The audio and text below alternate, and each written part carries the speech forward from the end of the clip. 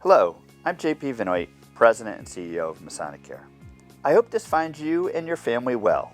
Masonicare continues to fight the COVID virus on all fronts of our organization, and I would like to thank all of our employee team members for their unending compassion.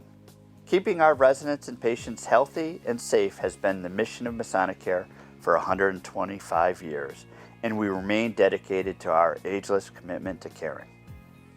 Today I'm joined by Allison Breault, our Executive Director of Masonicare Home Health and Hospice, to talk about the impact of COVID-19 on our home care patients and staff statewide. Allison, thank you very much for coming today to speak with us. How is Masonicare Home Health and Hospice handling the COVID pandemic? So there's probably two ways to answer that question. The first way, practically speaking, as far as taking care of our patients, I know that they're handling it incredibly well. I mean, we started sending information out to our staff on January 31st about the COVID pandemic and started really providing them with information through the month of February, working closely with our referral sources to make sure that we were getting the information we needed in order to protect our staff and protect our patients and protect their families. So from a preparation perspective, I think that they've been really well equipped to be out in the field taking care of the patients with appropriate PPE. And I think that also, being part of the continuum has provided all of us with really incredible resources so that we're not just functioning on our own. We've got an amazing materials management department that has worked to source PPE for us from all over the state and wherever they can get it. So I think practically speaking, as far as making sure that we're taking care of our patients safely and protecting our staff and protecting our patients' families, they're doing incredibly well.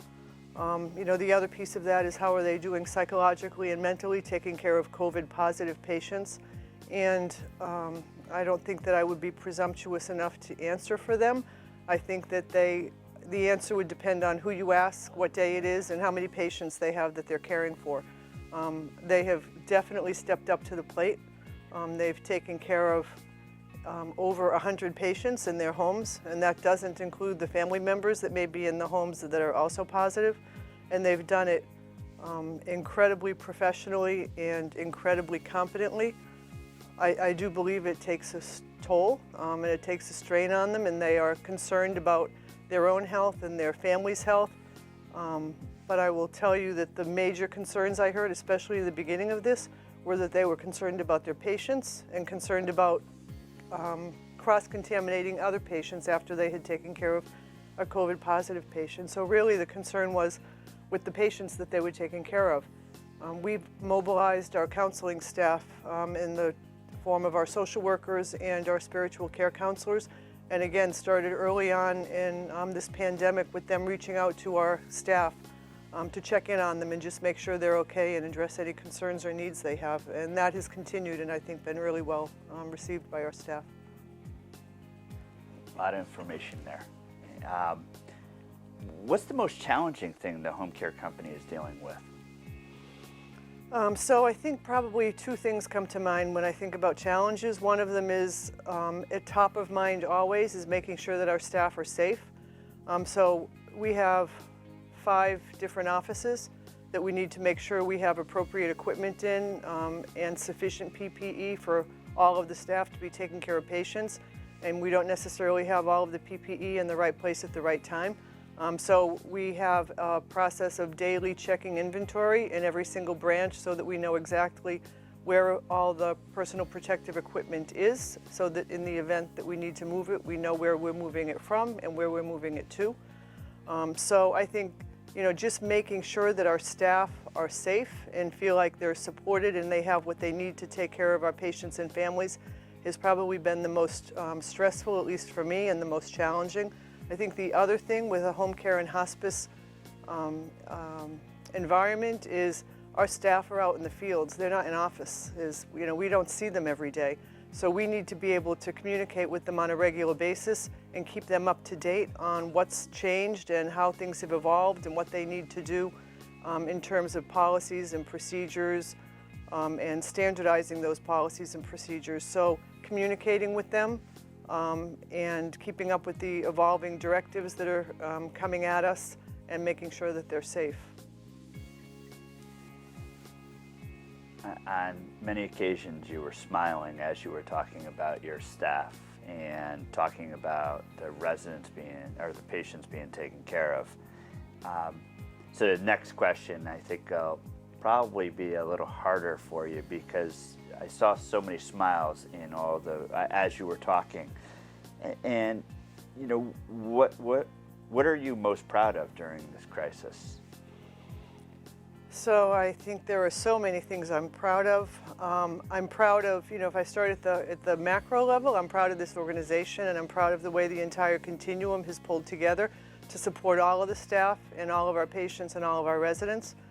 I am incredibly proud of the way my home health and hospice staff have responded to this pandemic, and the willingness and the creativity that they've exhibited in caring for our patients, and devising ways of using PPE that maybe weren't evident in the beginning and sharing that information.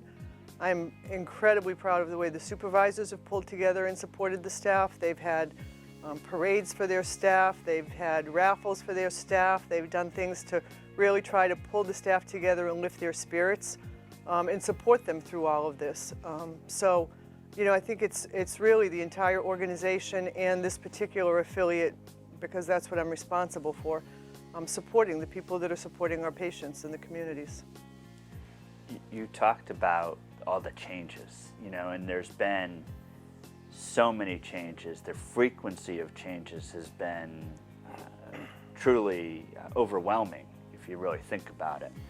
And because of that frequency, you've had to communicate a lot. How are you able to really be able to communicate those changes, recognizing some of those changes that were happening may have contradicted something that was said to be done a day ago? But with all the regulatory changes and the constant changes, how were you able to communicate that?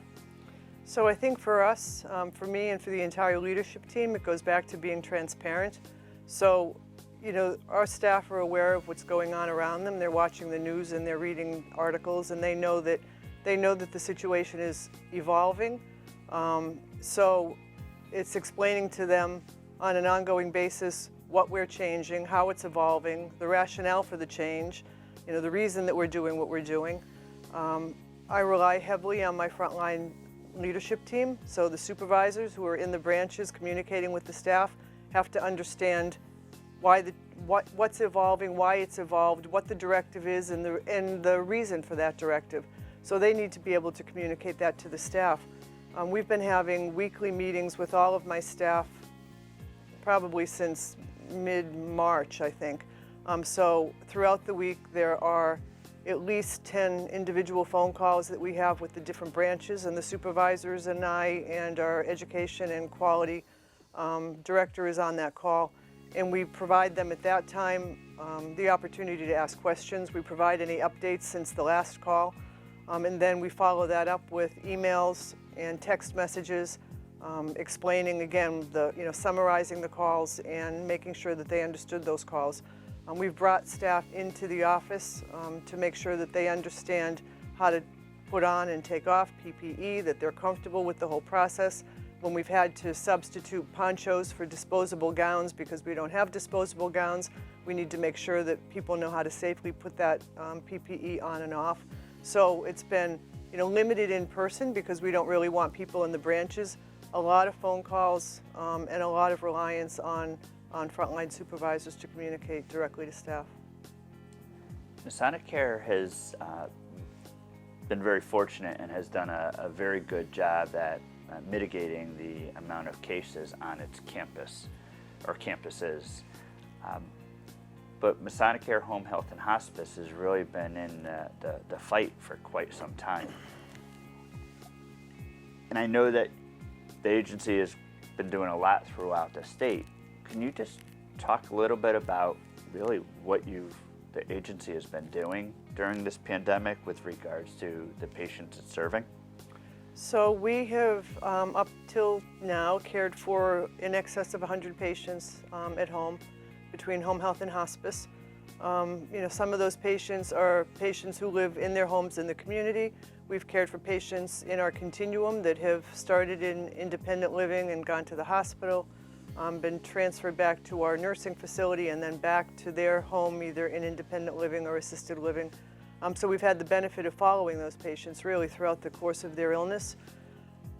Of the home care patients that we've cared for, the vast majority have recovered in their home. Many have been discharged.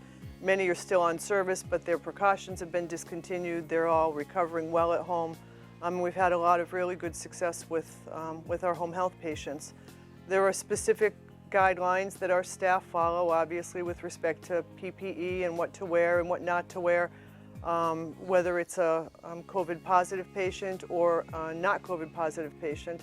And really back in March, beginning of April, it became clear that we needed to treat every patient as if they were COVID positive, or we needed to expect that any patient might be COVID positive. And so we've advised our staff to take appropriate precautions in the event that somebody who is on service that's not positive perhaps becomes positive, so that everybody, including the patient and family, are protected. So they know that they need to put their PPE on before they go into the home, take it off after they leave the home, see their COVID positive patients at the end of the day. So there are specific procedures that they all know to follow to minimize the risk to themselves, to their family members, and to our patients as well. This pandemic, there's really no roadmap on how to address this pandemic, and it has been talked a little bit about a possible second wave, possibly becoming here in the state of Connecticut. That's going to be something that we're going to have to address. Can you talk a little bit about maybe some lessons learned that we may need to look at applying for the next potential wave to come? So I think probably the biggest lesson learned is we need to make sure that we've got a stockpile of PPE at the ready so that we can make sure that our staff are protected. Because really, at the end of the day, we're clinicians, we're nurses, we're therapists. This is what we do. We take care of patients regardless of what they're diagnosed with. But as an employer and as a leadership team, we have an obligation to make sure that our staff are able to do that safely. So we need to make sure that we're prepared in advance of that with any equipment that's going to be needed to make sure that our staff are comfortable going out and doing what they need to do with our patients. I think beyond that, there's going to be infection control measures that we'll be living with far into the future that we haven't lived with in the past. And, we're talking about, do we open the offices and bring people back? And at this point, we are not inclined to do that. We've got people working at home, and they're working effectively at home, and we will keep them at home. But, we're now having conversations about putting markers on the floors in the offices so that people are sure that they're staying 6 feet apart. Everybody wears masks when they're in their offices. Making sure there's enough hand sanitizer, coming up with cleaning schedules. So, really things that we never thought about before, I think will probably be part of our new normal going forward for the foreseeable future.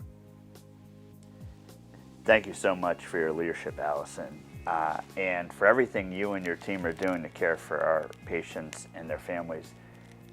It's truly amazing to hear what the home care agency is doing for all those throughout the state of Connecticut, and I want to personally thank you, thank everyone for everything that you've done.